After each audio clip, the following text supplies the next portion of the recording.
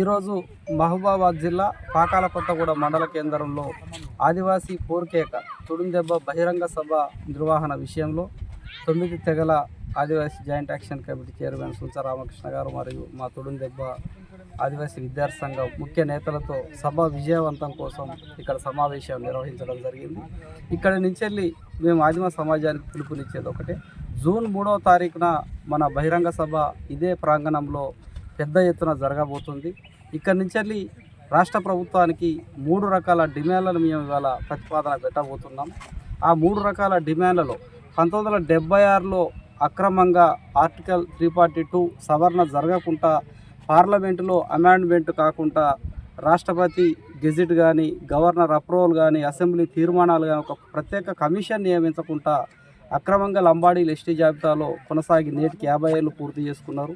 ఈ 50 ఏళ్లలో ఆదివాసీలకు రావాల్సిన రిజర్వేషన్లు అన్నీ కూడా విద్య, ఉద్యోగ, ఉపాధి, రాజకీయ రంగాలలో 99% అనుభవిస్తూ మా ఆటవిక తెగల్ని పూర్తిగా కూడా రిజర్వేషన్లో దోపిడీ చేస్తారు. కాబట్టి ఇప్పటికైనా కానీ రాష్ట్ర ప్రభుత్వం ఒక ప్రత్యేక కమిషన్ నియమించి మహారాష్ట్ర, ఛత్తీస్గఢ్, ఒరిస్సా, కర్ణాటక నుంచి వచ్చే లంబాడా వలస కూడా తెలంగాణ రాష్ట్రంలో ఏ విధంగా పెరిగిందో ఆ వలస లెక్కలను కూడా తెలిసి ఆదివాసీలకు న్యాయం చేయాలంటే ఒక కమిషన్ వేసి దానిని ఆదివాసులమే మేము మాట్లాడడం కాదు, ప్రభుత్వం కూడా ఒక నివేదికని తీసుకోవాలనేది కూడా సభ నుంచి డిమాండ్ చేయబోతున్నాం.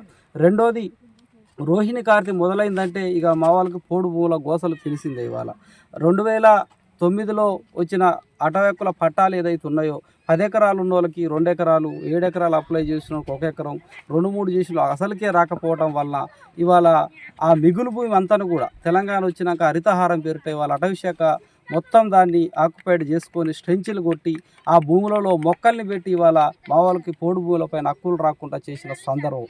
ఇప్పటికి కూడా అటవీ శాఖ దాడులు మా గూడెలు అనేకంగా చూస్తున్నాం. కాబట్టి రాష్ట్ర ప్రభుత్వం మేము మేనిఫెస్టోలో పెట్టిన విధంగా ఈ తెలంగాణ రాష్ట్ర ప్రభుత్వం మరొకసారి రీసర్వే చేసి ఆదివాసుల పోడు భూములకి న్యాయమైన హక్కులు కల్పించాలనేది కూడా, దానిలో గిరివికాస్ బోర్లు కూడా వేయాలనేది కూడా మా విన్నపం. ఎందుకంటే ఇప్పటికి కూడా మేము ఆకాశంకే చూసి వ్యవసాయం చేసే దారుణ పరిస్థితులు ఆదివాసీ ప్రాంతంలో 78 ఏళ్ళ స్వతంత్ర భారతదేశంలో ఉన్నాయి. కాబట్టి ప్రభుత్వం పరిగణలోకి తీసుకోవాలనేది రెండవ విన్నపం.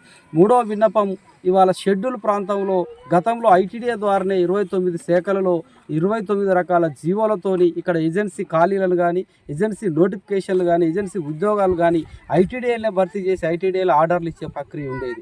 ఇప్పుడు రూల్ ఆఫ్ రిజర్వేషన్ జీవో 317 పేరిట ఒక అన్సైంటిఫిక్గా ఇవాళ నూతన జోనల్ విధానం వచ్చుడుతోని కేవలం 6% రిజర్వేషన్కు మా ప్రాంతాన్ని పరిమితం చేసుడుతోని ఆదివాసీ నిరుద్యోగులు ఇవాళ వేలాదిగా గూడెలలో మిగిలిపోయినలు.